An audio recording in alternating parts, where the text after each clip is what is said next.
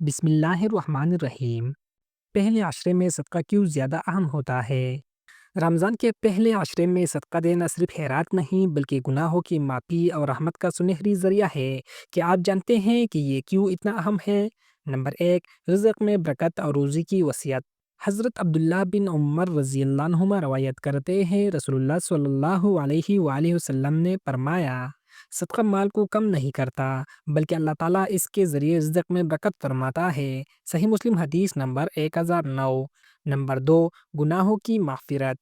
حضرت ابو ہریرہ رضی اللہ عنہ روایت کرتے ہیں، رسول اللہ صلی اللہ علیہ وآلہ وسلم نے فرمایا، صدقہ گناہوں کو مٹا دیتا ہے جیسے پانی آگ بجھاتا ہے۔ صحیح ابن ماجہ حدیث نمبر 1752۔ نمبر 3، دل کی پاکیزگی اور خود کو اللہ کے قریب کرنا۔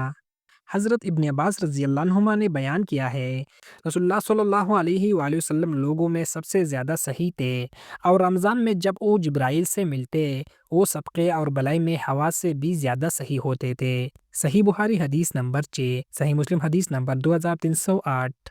قرآن پاک میں اللہ تعالیٰ فرماتے ہیں، اور جو لوگ اپنی مال رات دن غفلت اور محبت کے بغیر صرف اللہ کی رضا کے لیے خرچ کرتے ہیں، ان کے لیے بڑا اجر ہے، اور انہیں کوئی خوف نہیں ہوگا اور نہ وہ غمگین ہوں گے۔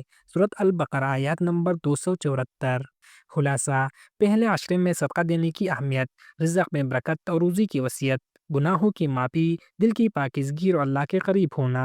نیت خالص اور دل سے صدقہ کرے، اللہ تعالیٰ اجر کو بڑھا دیتے ہیں۔